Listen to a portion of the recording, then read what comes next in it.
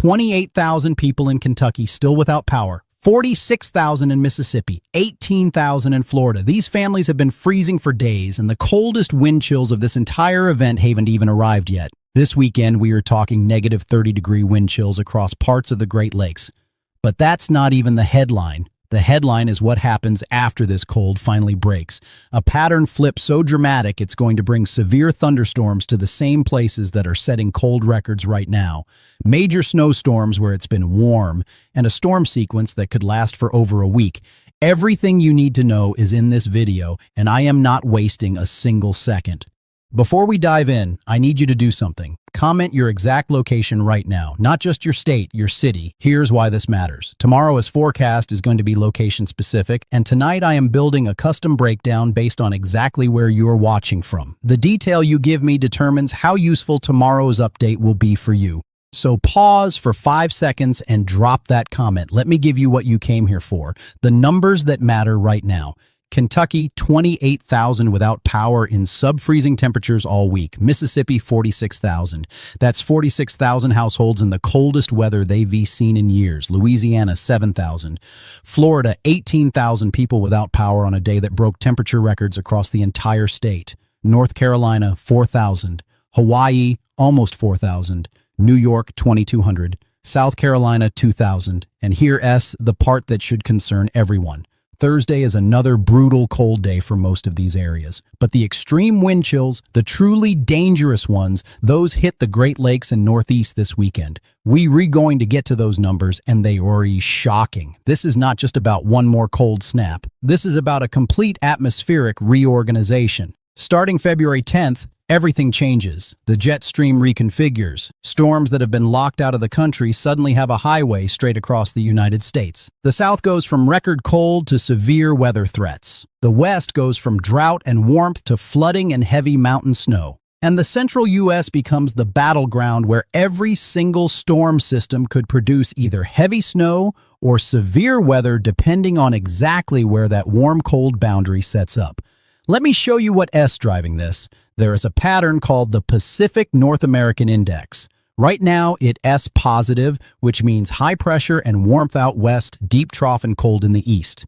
That's why you're refreezing. But around February 9th, we flip to negative. That means the deep trough moves to the west coast. The high pressure ridge builds from the central plains to the Great Lakes. Storms start rolling in from the Pacific one after another, and they have to go somewhere. They are going to track right across the United States.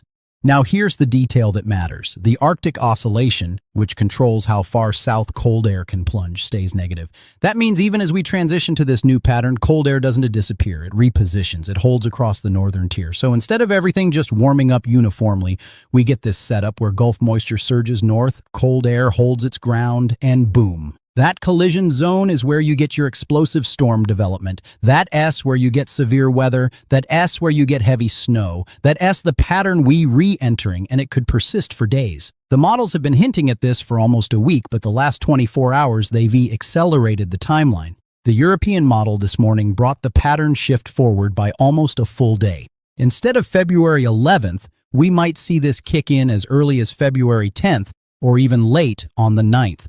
When models speed up timing like that, it tells you the atmospheric signal is strong. This isn't a weak pattern change. This is a dominant shift asserting itself. What concerns me most is the sequence. This isn't a one storm. Look at the 500 millibar pattern. That's the steering level of the atmosphere. As we go into next week, you see multiple areas of spin, multiple low-pressure centers. They're going to track across the country in succession. The first one could arrive around February 12th. Another follows around February 14th. The long-range data hints at yet another around February 16th. This is what meteorologists call an active pattern, and once you get locked into one of these, it doesn't shut off quickly.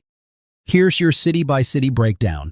And I'm going to make sure this doesn't sound like I am reading a phone book. These are real impacts for real places, and I am going to treat it that way. Let's start with the crisis happening right now. Mississippi, 46,000 of you are without power. You've been in the cold all week. Thursday morning brings one more punch with wind chills in the teens across the northern counties. The Delta could see upper teens to low 20s. But listen to this.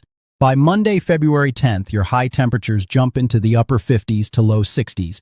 Tuesday, you mid-60s. Wednesday, you could touch 70. That's a 50-degree temperature swing in less than a week. But that warmth comes with a price. Heavy rain arrives, and with that much moisture in the atmosphere, severe thunderstorms become possible Wednesday or Thursday. Kentucky, 28,000 without power. I know you're exhausted from this cold. Thursday keeps you in single-digit wind chills, especially northern counties. Friday transitions the worst cold east, but you're still below freezing. Your relief is Monday and Tuesday when temperatures finally climb above freezing and stay there. 40s and low 50s feel like summer after what you've been through. But Wednesday and Thursday next week, watch for heavy rain and possible thunderstorms as that first major system moves through. Florida, you set records. Yesterday and this morning were historic across the state. 18,000 still without power. Thursday, you recover slightly with highs in the 50s and low 60s, but that is still cold for you. By Monday, southern Florida, you are back in the 70s. Wednesday and Thursday next week, South Florida pushes low 80s. That's the February, you know. But Central and North Florida, you all still see cool mornings with frost potential through this weekend.